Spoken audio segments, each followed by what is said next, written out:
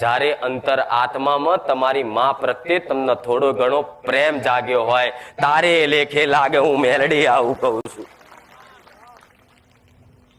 એટલે હજારો ભાવિકો, હજારો ભક્તો, આજ તો લાખોમાં મારી સંખ્યા થઈ જઈ છે ભક્તોમાં.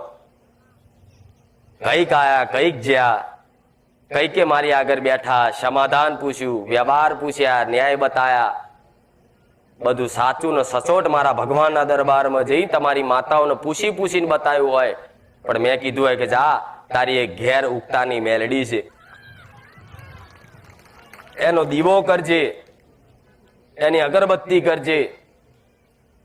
એ માણસ, એ મનુષ્ય ઘેર જઈ દીવો અને અગરબત્તી ચાલુ કરે, પણ એ મેલડી પ્રત્યે તો 1% પ્રેમ ના જાગ્યો હોય.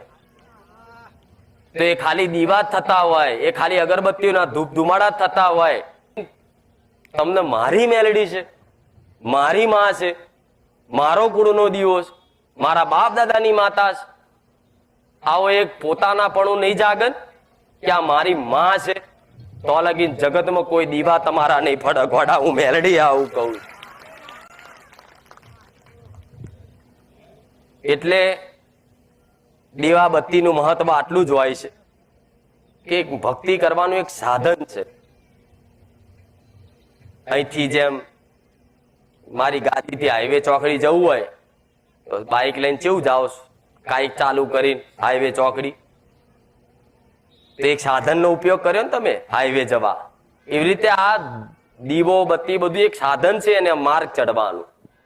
હવે એ તો તમે કરો બરોબર છે, પણ કોને માતાના, તમારી કુળની માતાના આગળ જઈ એનો દીવો કરવાથી, પ્રાર્થના કરવાથી હરખના આંસુડા પડે.